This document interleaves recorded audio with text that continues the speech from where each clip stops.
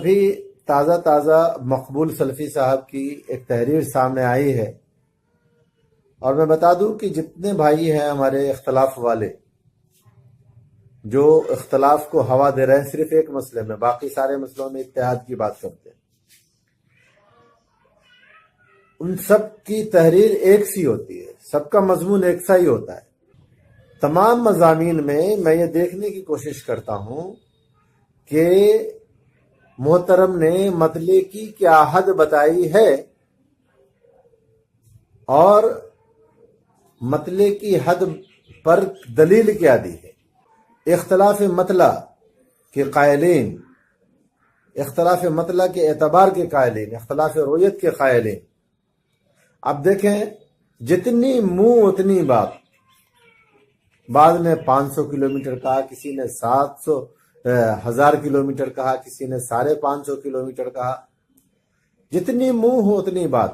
کسی نے کہا ہر ملک کی اپنی رویت ہے۔ حفظہ اللہ عبد الکریم مدنی حفظہ اللہ سے ہماری بات فون پہ ہوئی، میں نے ان سے پوچھا کہ ٹھیک ہے مطلع کا سائز بتا دیجئے، تو انہوں نے کہا کہ مطلع اتنا ڈگری پہ سورج ڈوبتا ہے، یعنی پورا وہ حساب بتانے لگے۔ تو میں نے کہا کہ بھئی مختصر میں بتائیے آپ نے کیا کیلکولیٹ کیا، تو انہوں نے کہا کہ پورا ہندوستان ایک مطلع ہے۔ تو میرا یہ سوال تھا کہ کیا ٹھیک ہندوستان کے نقشے کے حساب سے اللہ تعالیٰ رمضان کو داخل کرتا ہے؟ یہ اس بات کی دلیل ہے کہ اگر اختلاف مطلع کے اعتبار پر کسی کے پاس دلیل ہوتی تو سب کی باتیں الگ الگ نہیں ہوتی، ایک بات ہوتی، بس ایک بات ہوتی، لیکن سب کی رائے مختلف ہے۔ یہی اس بات کی دلیل ہے کہ مطلع کے اختلاف کے اعتبار پر مخالفین کے پاس کوئی بھی دلیل نہیں، اور نہ ہمارے ایک بھی سوال کا جواب ان کے پاس ہے۔ ابھی مقبول سلفی صاحب کا ایک مضمون آیا، انہوں نے 1500 کلومیٹر کی بات کی، تو میرا سوال یہ ہے کہ بھئی جہاں 1500 کلومیٹر اگر پورا ہو گیا، ایک تو یہ کبھی آپ نے رویت ہلال کے مقام سے 1500 کلومیٹر ناپ کر کے لوگوں کو نہیں بتایا کہ دیکھو یہاں تک حد رمضان کی پوری ہو گئی، اب یہاں سے رمضان نہیں ہے، ایسا انہوں نے کبھی نہیں بتایا۔ سیدھے ہوائی فائرنگ کر رہے، جو منہ میں آ رہا ہے بول دے رہے، اور پھر جہاں پر حد پوری ہوگی جو 1500 کلومیٹر یہ بتا رہے، تو رویت کے مقام سے 1500 کلومیٹر تو آدھے شہر میں پورا ہو سکتا ہے، کسی کے آدھے گھر میں پورا ہو سکتا ہے، یا جہاں پورا ہوگا ٹھیک اس سے ایک قدم کے آگے کے لوگ کیا کریں گے، جہاں یہ حد لگائیں گے زمین پر نشاندہی کریں گے کہ یہاں تک رمضان ہے۔ ہمارا مطالبہ رمضان کی نشاندہی، مطلع کی حد کی نشاندہی کرنا ہے زمین کے اوپر کہ یہاں تک رمضان ہے، یہاں سے نہیں ہے۔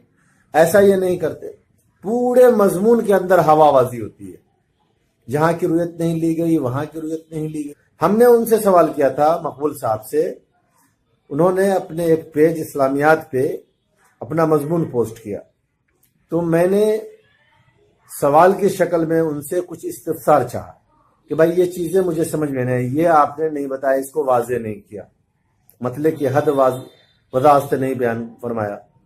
تو اس کے جواب میں انہوں نے مجھے پیج پر بلاک کر دیا، میرے کامنٹ کو بلاک کر دیا، اور پھر وہ ایک طرفہ ان کی تائید میں کامنٹ سب آتے رہے اور وہ داد تحسین حاصل کرتے رہے۔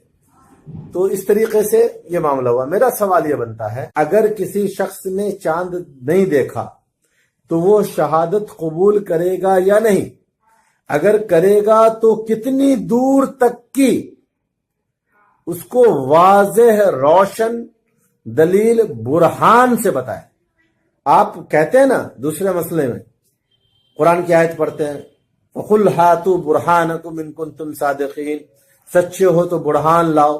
تو اسی طرح سے میں برہان کا مطالبہ کر رہا ہوں آپ سے کہ اگر کسی نے چاند نہیں دیکھا تو وہ کتنی دور تک کی شہادت قبول کرے گا؟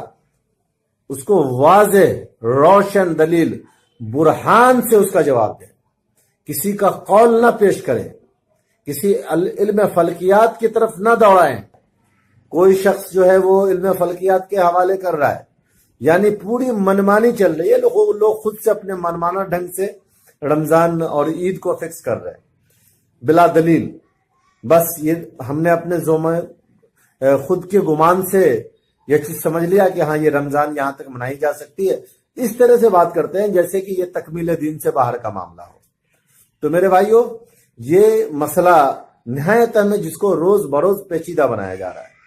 سیدھی سی بات ہے کہ آپ کے کان میں شہادت پہنچی، آپ عمل شروع کریں، جیسے قرآن کے اندر عمل کرنے کے لیے کہا گیا، روزہ رکھنے کا ٹائم بتایا گیا، ویسے عمل کریں۔ بہت سیدھی سی بات ہے کہ جب دو گواہ گواہی دے دے، نسائی کی روایت ہے کہ اللہ کے نبی صلی اللہ علیہ وسلم نے فرمایا چاند دیکھ کر روزہ رکھو، چاند دیکھ کر افطار کرو، چاند دیکھ کر حج کرو، اور اگر بادل چھا جائے تو 30 دن پورا کرو، اور اگر دو گواہ گواہی دے دے تو روزہ رکھو اور افطار کرو۔